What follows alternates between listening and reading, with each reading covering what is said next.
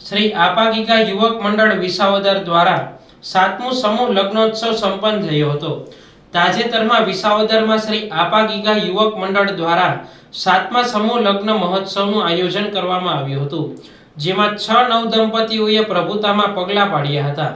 આ સમૂહ લગ્નમાં શ્રી આપાગીગા યુવક મંડળ દ્વારા લગ્ન ફી માત્ર ₹1 રાખવામાં આવી હતી।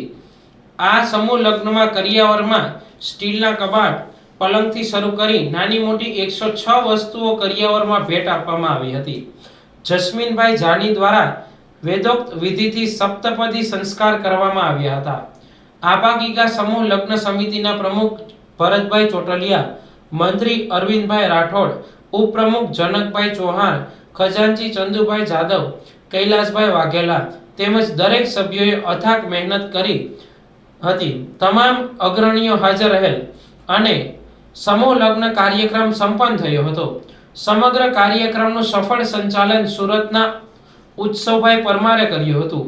વિદાયની વેળાએ યોગ્ય સ્વરૂપ આપી અને લગ્નમાં દીકરી અને પિતાનું સામાજિક દાયિત્વ અને યોગદાન વિશે ભાવસભર વિદાયનો પ્રસંગ સંપન્ન કર્યો હતો। વિસાવદર આંગણે શ્રી આપાગીગા યુવક મંડળ તરફથી 7મા સમૂહ લગ્નનું જે આયોજન કરવામાં આવ્યું છે તે ખૂબ સરાહનીય છે।